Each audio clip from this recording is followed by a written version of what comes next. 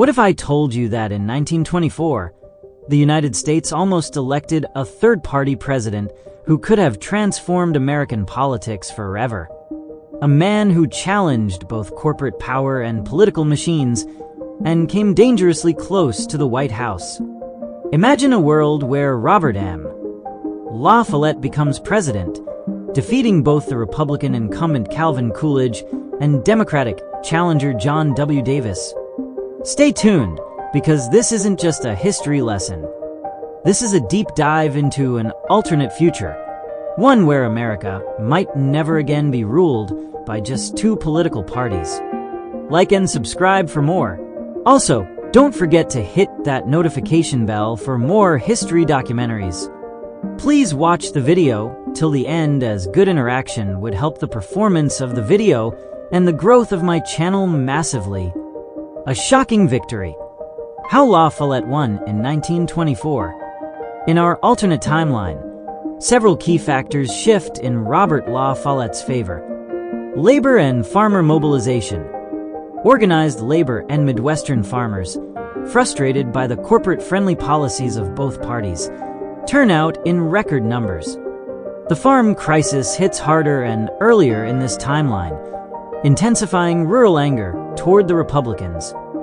Democratic collapse. John W. Davis, a conservative Democrat with Wall Street ties, utterly fails to inspire working-class voters and Southerners alike. A split among Southern Democrats over civil rights weakens his base further. A progressive surge. Urban intellectuals, socialists, and progressive Republicans rally behind La Follette. His message resonates especially in Wisconsin, Minnesota, the Dakotas, and even parts of the industrial Midwest. In a shocking turn, La Follette captures a coalition of electoral votes across the upper Midwest and the far West, denying any candidate a majority in the Electoral College. With no clear winner, the decision goes to the House of Representatives. After a series of negotiations, and with support from disillusioned Democrats and progressive-leaning Republicans, La Follette is declared the winner. The nation reacts.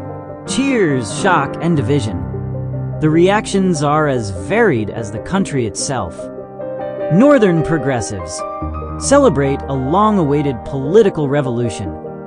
The South, deeply uneasy, fearing La Follette's support for civil liberties and racial equality. John W. Davis offers a dignified concession, but warns against abandoning tradition and order. Calvin Coolidge quietly retreats from public life, issuing a terse statement that the people have chosen another path.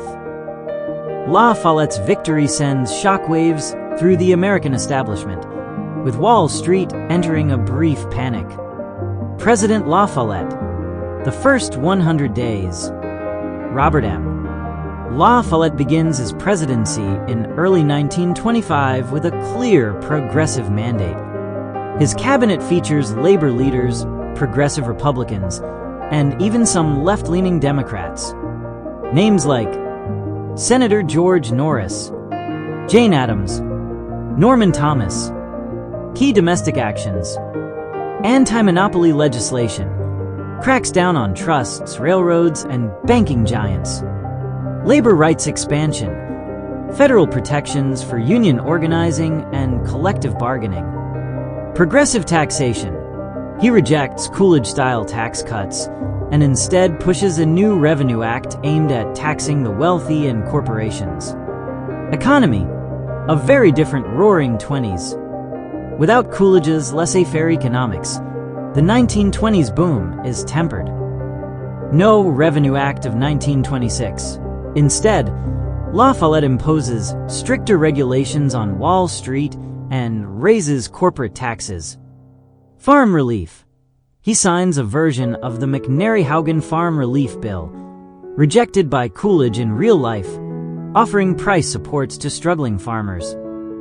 Infrastructure and jobs. Public works projects expand, particularly in the Midwest and South, boosting employment. The economy grows more slowly, but with less inequality and fewer speculative bubbles. Foreign policy: peace, not profit.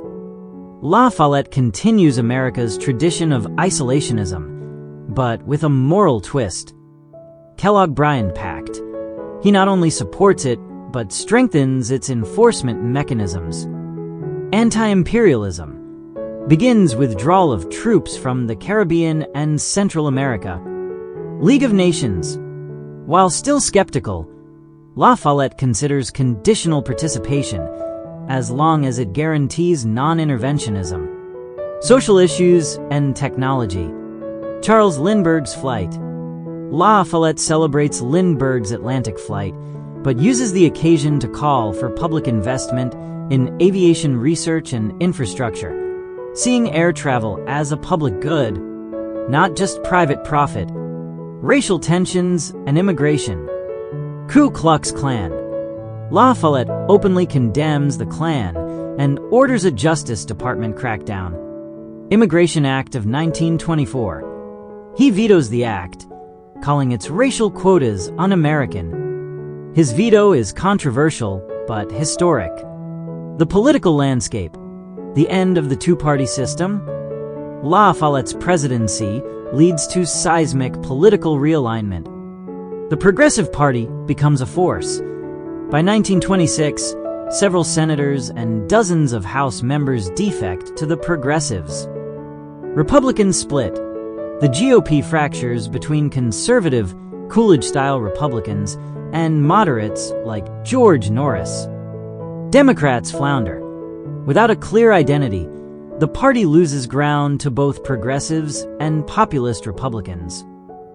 By 1928, the United States effectively becomes a three-party system. The election of 1928. Can La Follette win again? La Follette runs for re-election in 1928. The Democrats nominate Al Smith, aiming to rebuild their northern base. The Republicans choose Herbert Hoover, hoping to restore business confidence.